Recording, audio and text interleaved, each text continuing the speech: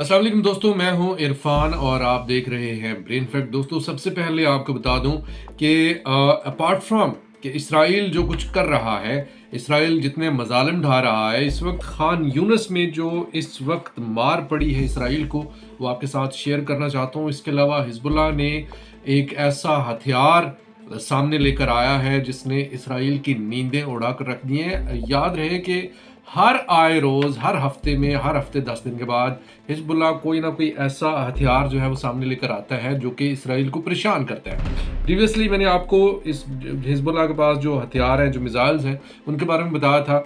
आज भी एक और बड़ा खुफिया किस्म का हथियार है जो कभी रिसेंटली उसने रिवील किया है, सामने लेकर आया है, और इसके बारे में बताऊंगा। इसके अलावा खान यूनिस में दोस्तों सबसे पहले स्टार्ट करते हैं कि इसराइली मीडिया बता रहा है, कोई और मीडिया, बीबीसी, सीएनएन या कोई और मीडिया नहीं बता रहा, ये इसराइल का अपना मीडिया ये बता रहा है, ये इंफॉर्मेशन दे रहा है कि खान यूनिस के इलाके में इसराइली फौजियों पर घात लगाकर मुजाहिदीन ने हमला किया और इस हमले में 10 इसराइली फौजी हलाक हो गए और दर्जनों जख्मी हो गए। ये जो दर्जनों जख्मी हुए हैं, इनकी भी जो हालत है वो काफ़ी तशवीशनाक है। इसके अलावा ये उम्र भर की माजूरी इनका मुकद्दर बन जाती है। तो हमले दोस्तों जारी हैं, लेकिन जो इसराइल कर रहा है, इसराइल ने एक बार फिर वही हरकत की है। इसराइल ने जिस तरह से पहले मैंने आपको बताया था वीडियो में, वीलॉग में, कि इसराइल ने किस तरीके से लोगों को इमदाद के नाम पर बुलाया। जब लोग इकट्ठे हुए तो उन्होंने उनके ऊपर, इसराइली फौजियों ने उनके ऊपर फायरिंग कर दी। अब बीबीसी जो परसों वाला वाकया था जिसमें तकरीबन कुछ 150 लोग जो हैं वो शहीद हो गए थे, 1000 से ज़्यादा जख्मी हो गए थे। बीबीसी, ये इस वक्त स्क्रीनशॉट आपके सामने है, बीबीसी का कहना है कि ये इसराइल जो है, इसराइली फ़ौज वो झूठ बोल रही है। वाज़े तौर पर उन्होंने ये प्रूव किया है, ये साबित किया है कि इसराइल ने जो फुटेज प्रोवाइड की है ये एडिटेड फ़ोटो है और इसराइली फ़ौजियों ने जानबूझकर फायरिंग की है। इसराइली फ़ौजियों ने जो कहते हैं कि हमने, ये जो लोग हैं ये सारे के सारे ये सिर्फ़ और सिर्फ भगदड़ मचने से हलाक हुए हैं, लेकिन ऐसा नहीं है। वाज़े तौर पर ये एडिटेड फ़ोटो है और ये बीबीसी कह रहा है। बीबीसी प्रो इसराइल है, उसने कभी भी इसराइल के ख़िलाफ़ जाने की कोशिश ही नहीं की कभी, और वो आज़ाद नहीं है। बीबीसी जो है वो आज़ाद नहीं है, वो इसराइल के ख़िलाफ़ एक एक रिपोर्ट, एक एक चीज़ वो इसराइल से पूछ कर चलाता है। लेकिन यहाँ पर बीबीसी जो है उसने ये वाज़े तौर पर बता दिया है कि इसराइल ने कितना बड़ा झूठ बोला है, और एक बार फिर से आज भी वही हुआ। आज भी एक बार फिर से लोगों को इमदाद के नाम पर इकट्ठा किया गया। जब ये लोग इमदाद लेने के लिए आए तो उन पर एक बार फिर से फायरिंग शुरू कर दी, जिसके नतीजे में कई शहादतें हुई हैं। और इस वक्त जो आपको बता दूं, इस वक्त ये सबसे पहले एक छोटी सी वीडियो है, ये एक अमेरिकन खातून है। ये अमेरिकन खातून कोई आम खातून नहीं है, ये इनका ताल्लुक अमेरिकन आर्मी से है। ये क्या कह रही हैं, ये थोड़ा सा क्लिप सुनिएगा। We have technology that we can see exactly who's in these locations side. जी, ये अमेरिकन खातून कह रही हैं कि जो इसराइल है उसने जानते बूझते हुए जब वो हमला करते हैं फ़लस्तीन में, घरों को तबाह करते हैं, तो वो पहले उनके मुताल्लिक मुकम्मल इंफॉर्मेशन लेते हैं कि इस घर में जिसको हम अटैक करने जा रहे हैं, इस घर में कितने लोग हैं, और उसके बाद वो हमला करते हैं। जिसके मतलब उनका मकसद यही होता है कि इस घर में जो मासूम लोग हैं, जो आम लोग हैं, जो आम शहरी हैं, सिविलियन आबादी है, इस घर में जो पनाह लिए हुए हैं, उनको ज़्यादा से ज़्यादा कत्ल किया जाए, ज़्यादा से ज़्यादा शहीद किया जाए।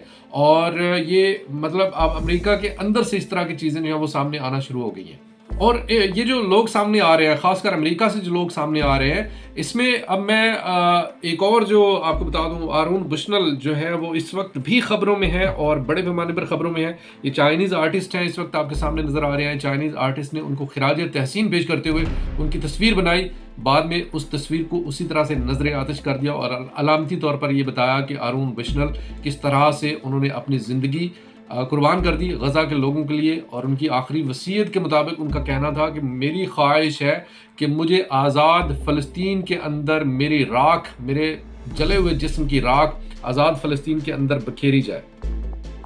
इसके अलावा आरून बुशनल जो है इस वक्त यमन के लोगों का हीरो बन चुका है, और यमन में दोस्तों इस वक्त लाखों लोग सड़कों पर हैं।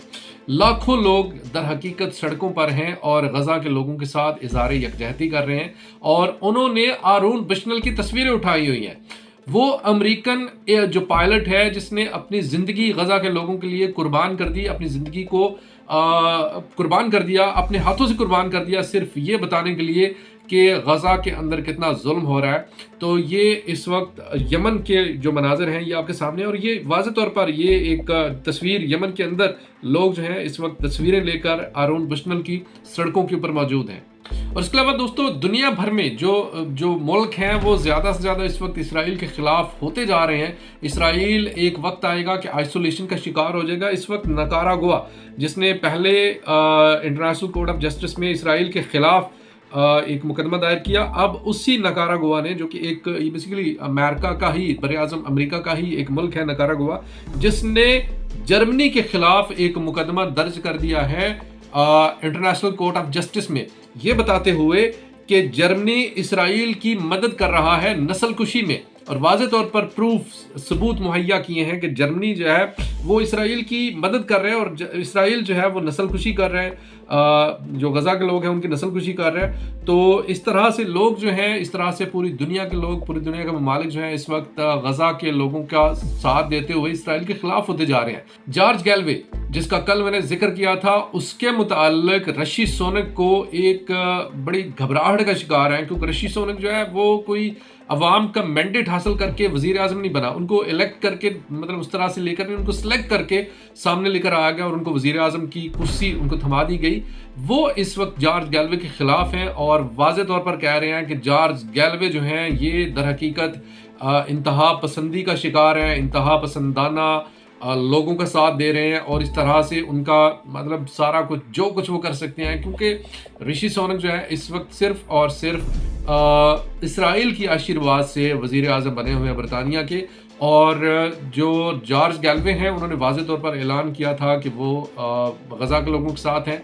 वो एक जो ट्रेंड बना हुआ है कि जो लोग वहाँ पर बरतानिया के अंदर जो जितनी भी इस वक्त एलीट है जो पार्लियामेंट में कब्जा किए हुए बैठी है, वो उसके खिलाफ हैं, और वो बिल्कुल भी कोई भी जिसे कहते हैं ना कि धीमा नहीं खेल रहे, तो वो धीमा नहीं खेल रहे। और दोस्तों इस वक्त एक और जो यूएस, एक बार फिर से अमेरिका के अंदर से आपको मैं बता दूं, सबसे पहले थोड़ा सा बैकग्राउंड जानना ज़रूरी है। इस वक्त मिस्र, जॉर्डन, कनाडा और कई ममालिक इसराइल के अंदर एयर ड्रॉप कर रहे हैं।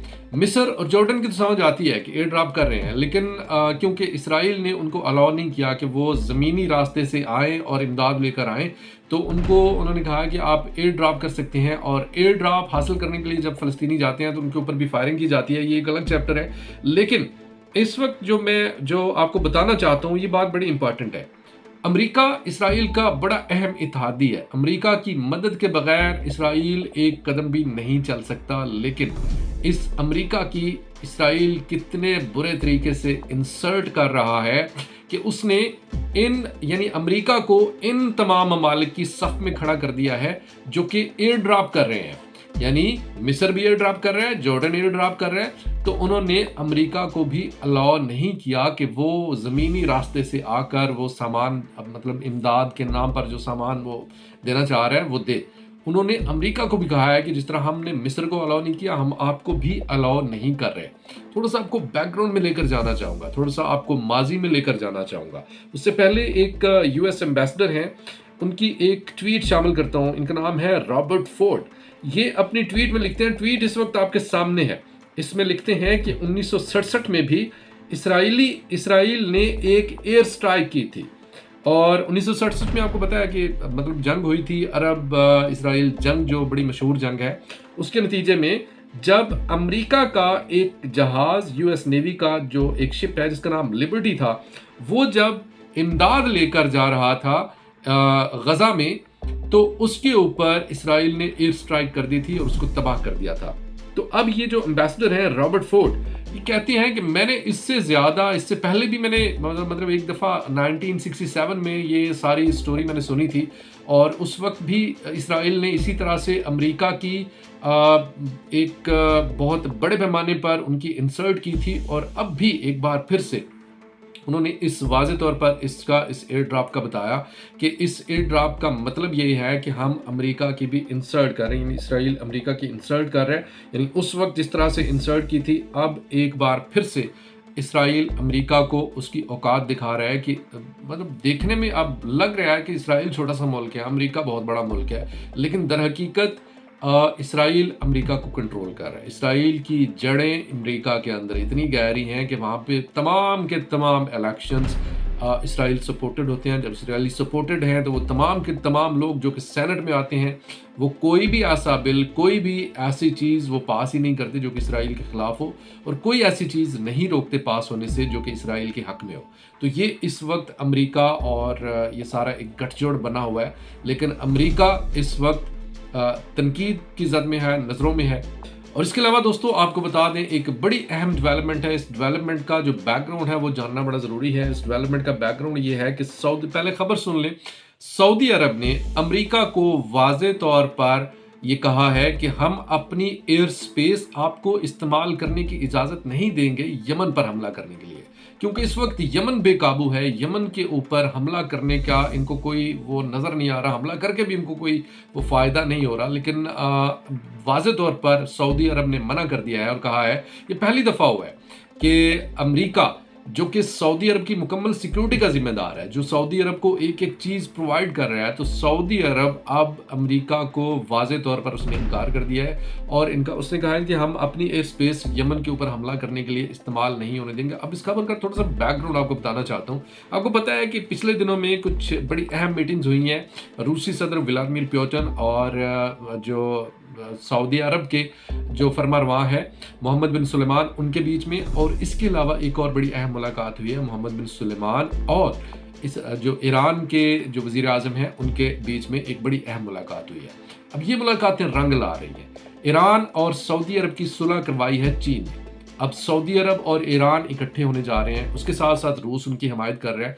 तो अब अमेरिका को इन्होंने बिल्कुल बाहर निकाल कर फेंक दिया है। अगर इसी तरह से सऊदी अरब अगर थोड़ी सी हिम्मत करे ना तो मतलब मुकम्मल तौर पर गेम का जो पांसा है वो पलट सकता है। लेकिन सऊदी अरब मुकम्मल तौर पर हिमायत नहीं कर रहा। अब ये जो कदम उठाया गया है इसके नतीजे में अमेरिका जो है वो तिलमिला रहा है और वाज़े तौर पर वो धमकी देगा कि सऊदी अरब की वो इमदाद बंद कर देगा सऊदी अरब को। लेकिन अब सऊदी अरब को इसकी परवाह नहीं है, क्योंकि ब्रिक्स जो पेमेंट सिस्टम है, ब्रिक्स में ज़्यादा से ज़्यादा ममालिक जो है वो शामिल हो रहे हैं और पेमेंट अब डॉलर के बजाय लोकल करेंसी में हो रही है। मोर देन 90% जो पेमेंट्स हैं जो इस वक्त रूस और चीन आपस में कर रहे हैं, मोर देन 90%, आप देखें कितना ह्यूज एक वॉल्यूम बनता है पेमेंट्स का। आप वहाँ से डॉलर को बिल्कुल किक ऑफ कर दिया और मोर देन 20 ममालिक जो हैं वो इस ब्रिक्स सिस्टम में शामिल हो गए हैं और लोकल करेंसी में पेमेंट कर रहे हैं। तो अब ये सऊदी अरब, रूस, ईरान, ये सारा जो आपस में मिलाप हो रहा है ये इस वक्त अमेरिका के लिए बहुत तकलीफ देह है। अमेरिका को इस बात की बड़ी तकलीफ है कि एक तरफ तो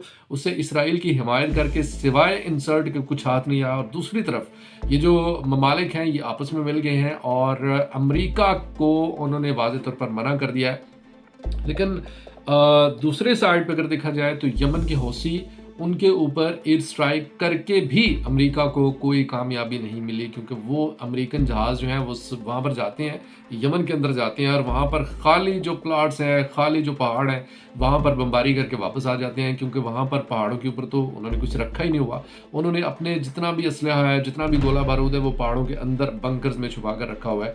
तो दोस्तों ये थी कुछ इस वक्त तक की ताज़ा तरीन अपडेट इसराइल पैलेस्टाइन जंग के हवाले से। ताज़ा तरीन जो मनाजिर हैं, ताज़ा तरीन जो चीज़ें हैं वो सारी की सारी मैंने आपके साथ शेयर की हैं। कमेंट सेक्शन में राय का इज़हार ज़रूर कीजिएगा, बताइएगा कि किन टॉपिक्स के ऊपर आप वीडियोस देखना चाहते हैं मज़ीद, ताकि हम उन टॉपिक्स को हम एक्सप्लोर करें और आप तक उन टॉपिक्स के मुताल्लिक इंफॉर्मेशन जो बेस्ट जो हमारे पास है वो सारी की सारी हम आप तक पहुंचाएं।